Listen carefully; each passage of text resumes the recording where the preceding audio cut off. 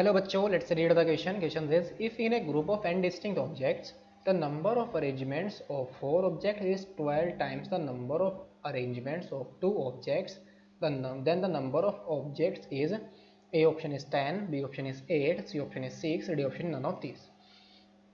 तो इस क्वेश्चन को सोल्व करने के लिए जो की कॉन्सेप्ट हम यूज करेंगे,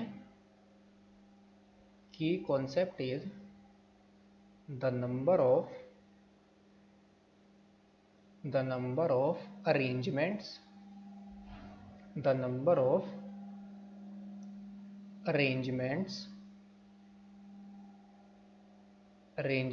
of n things taken are at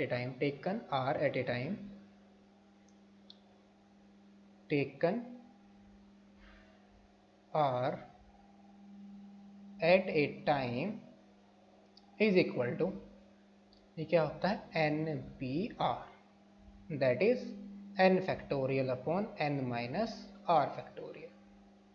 यानी कि अगर हमें n थिंग्स में से r थिंग्स को अरेंज करना हो तो कितने तरीके से अरेंज कर सकते हैं, n factorial upon n minus r factorial base में. सो नाउ क्वेश्चन के अंदर जो गिवन है, now the number of arrangement the number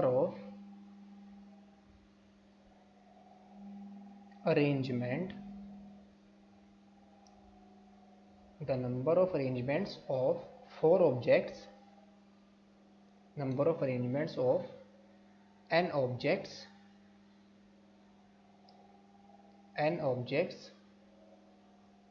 taken 4 at a time is equal to, ये क्या आएगा, NP4 and taken 2 at a time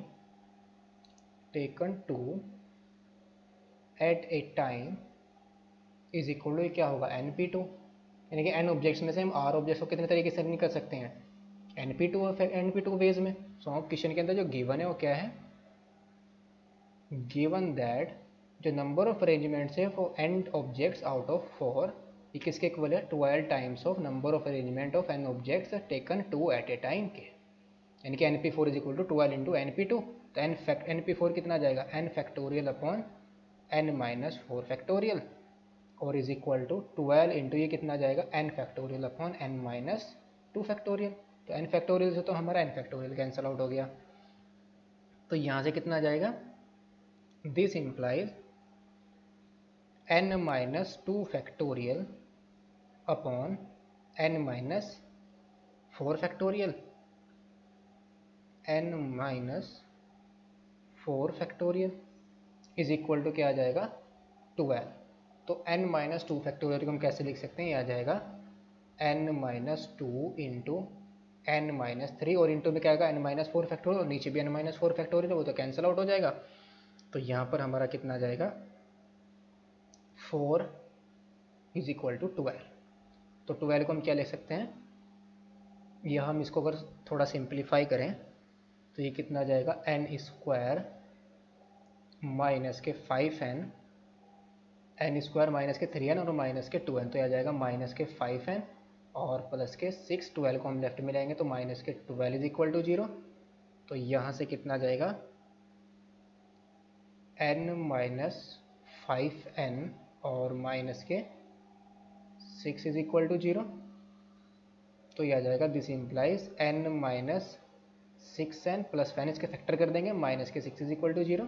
तो यहाँ से हम कॉमन ले लेंगे किसको, n को, तो n माइनस 6, और यहाँ से प्लस 1 को कॉमन ले लेंगे तो n minus 6 is equal to 0. तो यहाँ से क्या आ गया, n minus 6 into n plus 1 is equal to 0. तो यहाँ से n की वैल्यू हमारी कितनी आ जाएगी, 6 और माइनस 1. तो माइनस 1 तो हो नहीं सकता बिल्कुल, तो हमारा नेचुरल नंबर है. तो ये this implies hence we get n is equal to 6. तो n की वैल्यू हमारी कितनी आ गई, 6 आ गई. Hope you understood it well. Best of luck. Thank you.